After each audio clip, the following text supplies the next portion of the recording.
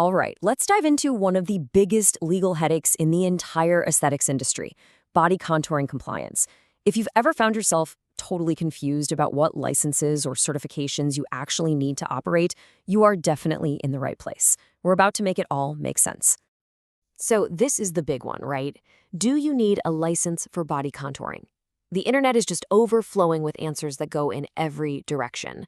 The truth is, it's not a simple yes or no. But stick with me, because we're going to untangle this whole thing for you step by step. Here's our game plan. We're going to start with that big licensing question. Then we'll clear out the super important difference between a license and a certification. We'll take a quick look at how the rules change around the world, expose a pretty costly trap a lot of people fall into, and then I'll give you a simple checklist to keep you compliant. And at the end, we'll get to the final verdict. Let's do this.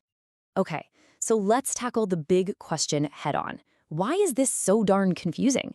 Well, the main reason is that there is no single, one-size-fits-all global body contouring license that works everywhere.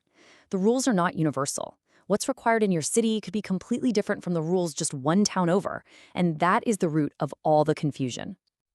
You know, you can almost think of the regulations like layers. It starts at the top, at the country level. Then it gets more specific with state or provincial rules. And then it gets even more dialed in with your local council or city requirements. And just to add another layer of fun to it all, the type of treatment you're using, say ultrasonic cavitation, can have its very own set of rules you've got to follow. All right, this next part is absolutely crucial because this is where most people get tripped up. Folks tend to use the words license and certification like they're the same thing. But in the eyes of the law, and especially insurance companies, they are two totally different animals. Getting this right is the key to running a legal, protected business. Here's the easiest way to think about it. Your certification, that's kind of like your diploma from school. It proves you've done the work, you've learned the material, but your license, that's like your driver's license. It's the official permission slip from the government that says you're actually allowed to get on the road and legally run your business. So let's zoom in on certification. This is your proof of knowledge. It's the document that tells insurers and regulators, hey, I've been properly trained. I know the theory, I know the safety rules to keep my clients safe, and I know how to use this machine correctly. It's your professional credential. And then we have the license. This is the official green light from a government body. It's the legal piece of paper that says, yep, you are officially allowed to run this type of business in this specific location. And more often than not, before you can even apply for the license, you have to show them your certification first. See how it works? The certification proves you're qualified. The license makes you legal. Okay, to really see how this whole license versus certification thing plays out in the real world, let's take a quick trip. We're going to look at how three major markets, the US, the UK, and Australia, handle all this. This is really going to highlight why knowing your local rules is so important. First stop, the United States. And if I had to pick one word to describe the situation here, it would be patchwork. There's no single federal rule. So every single state gets to make up its own mind. And that leads to a really complicated and often confusing landscape for practitioners. And here's what that patchwork looks like in practice. You could be in one state where body contouring is seen as a simple cosmetic service with very few rules, but drive across the border to the next state, and suddenly it might fall under really strict aesthetics laws. Some states even require a doctor's supervision for certain machines. But here's the one thing you'll find almost everywhere. No matter what the local laws are, having a recognized certification is pretty much always the non-negotiable first step. All right, let's hop over to the UK. Here, the power shifts from the bigger state or national level way down to the local council. What that means is the rules in Manchester could be totally different from the rules in London. It's a much more localized system. So, if you're setting up a business in the UK, you're going to be dealing directly with your local council. And they're going to want to see the whole shebang, your training certificates, your insurance documents. They might even send someone out to inspect your treatment space to make sure it's up to code. Now, let's head down under to Australia. Here, we see a kind of hybrid system that looks a lot like the UK's model. The regulations are a mix of state laws and local council rules, which just reinforces the idea that you have to check at both levels. And hey, does this list look familiar? It should. Just like in the UK, Australian authorities want to see your certification, your proof of insurance, and they're going to make sure your space and your practices are meeting all the health and safety guidelines. That theme of proper training, insurance, and safety, it's pretty much universal.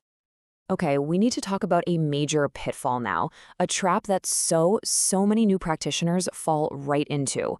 When you're trying to get into the industry, it's tempting to look for affordable options, and that's when you see these promises of free online certification. It sounds amazing, but honestly, it is too good to be true. Taking this shortcut can put your business at massive risk. This quote really says it all. The reason those free online courses are so risky is that they almost never, ever meet the standards that your insurance company or government regulators are looking for. They're usually just a bunch of videos with no real way to assess or verify your skills. Here's exactly why they just don't cut it. One, there's no hands-on practical assessment to prove you can actually use the machine safely. Two, there's no official verification that you're actually competent. Three, and this is a big one, insurers won't recognize them, which means you can't get liability coverage. And four, they give you zero guidance on the actual legal rules in your area. They basically leave you completely exposed. So, after hearing about all these complexities and traps, you might be feeling a bit overwhelmed. But don't be. Let's switch gears and focus on the solution. I've got a simple 5-step checklist for you to make sure your business is built on a solid, legal, and safe foundation from the get-go. You see, the path to being compliant is actually pretty straightforward. First, get a real, recognized certification. That's your bedrock. Second, call your local authorities and confirm their specific rules. Don't guess, don't rely on a Facebook group, call them. Third, get the right insurance to protect yourself and your business. Fourth, keep all of your paperwork organized and in one place. And fifth, be relentless about following safety protocols. This isn't just a list. It's your recipe for a long-term, successful business. We have covered a lot of ground, from rules around the globe to those sketchy online traps. But if you only remember one single thing from this entire explainer, please make it this next point. It all comes down to one absolutely essential takeaway for your business. So here it is.